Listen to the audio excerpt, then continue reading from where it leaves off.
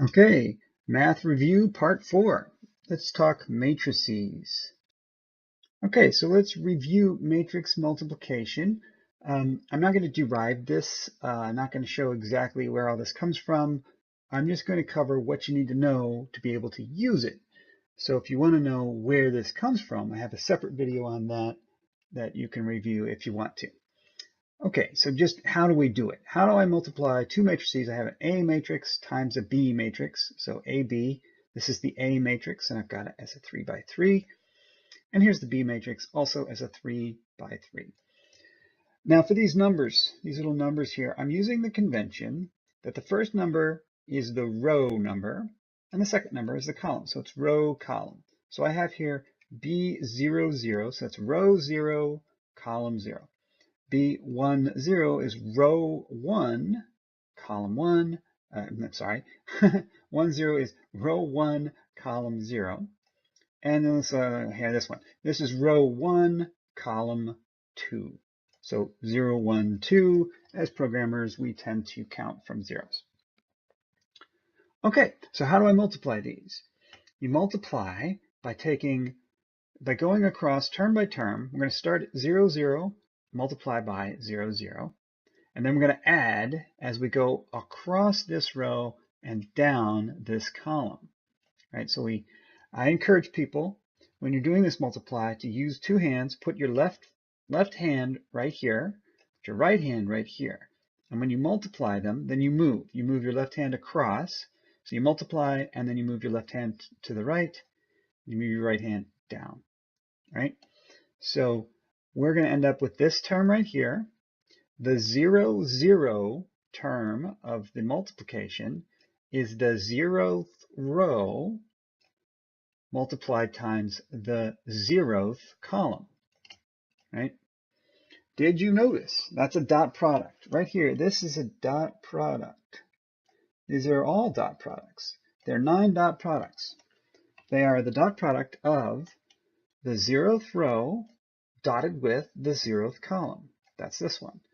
And, well, what's this one? This is the 1 row, 1 column. So that will be the 1 row dotted with the 1 column. Okay, let's do a couple of these. Let's do 0, 0. What do we do? We're going to go across the 0th row. We're going to go down the 0 column. That's 0, 0. We'll do that dot product right there. And let's pick another one. How about down here? We're going to take, this is the 2 row and the 1 column. So we're going to take the 2 row and dot it with the 1 column. And that's what we put right there. So that's how we do matrix multiplication. Okay, some things to remember about matrix multiplication. It is not commutative. In general, it is not commutative. So that means AB may not be equal to BA. If you reverse the order of the matrices, you can get a different answer. Okay, this is different from regular multiplication. In regular multiplication, you could say xy equals yx. That works. But in matrix multiplication, that does not work. We have to keep things in the same order. What else? It is associative. Associative means that you can group things, right? So if I have 3 matrices, A, B, C, I can group them. I can say multiply AB first, and then take AB quantity, multiply that by C, and that answer should be exactly the same as the answer if I take BC first and then multiply A in the front. Now I can't change the order, right? I can't say BCA is the same because it's not commutative. But I can say BC pre-multiply A. And that's what we say. We say, we call this like a post multiply, if you multiply on the right, or a right multiply even, or a left or pre-multiply to stick it in the front. Because we have to, again, you have to be careful about the order because it's not commutative. All right, what else we got? The matrix identity. The matrix identity looks like this. It's a square matrix. So if we have a 3 by 3, then that's a 3 by 3 identity matrix. And we put 1s down the diagonal and 0s everywhere else. The magic of the identity matrix is it's like multiplying by 1. This is what it does. If you multiply times the identity matrix, it does nothing. It just gives you back the original. And because of that, you can put it in the front or you can put it in the back. Even though it's not commutative in general with the I matrix doesn't do anything. It doesn't do anything in the back, also doesn't do anything in the front. So that's the definition of what an identity is. So it's like saying multiply by 1. So if you have a scalar value x, you say x times 1, that's just x. Okay, so that brings us to the matrix inverse. What does that mean? Matrix inverse. I've written it here. This is the inverse of a matrix. We'll put a -1 in the exponent. And a matrix inverse is defined so that if you invert the matrix and multiply it by the original matrix, that gives you the identity. Okay, like what? Multiplicative inverse just means divide, right? That just means divide. The inverse of a multiplication is division, right? So x divided by x is 1. That's the same thing here, right?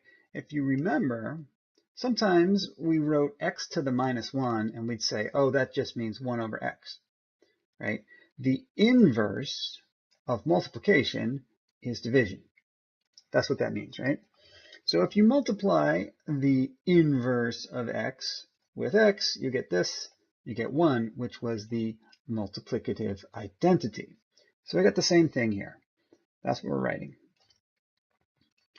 Okay, interesting thing to know about the multiplicative inverse is that if you have a quantity and you invert the quantity, then you can write it this way, which is to invert the individual matrices and reverse the order. See this?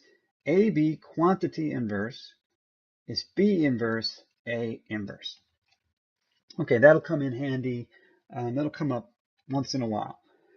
What I want you to think of, so what is calling it a matrix inverse matrix, that just makes it sound kind of mathy, kind of complicated.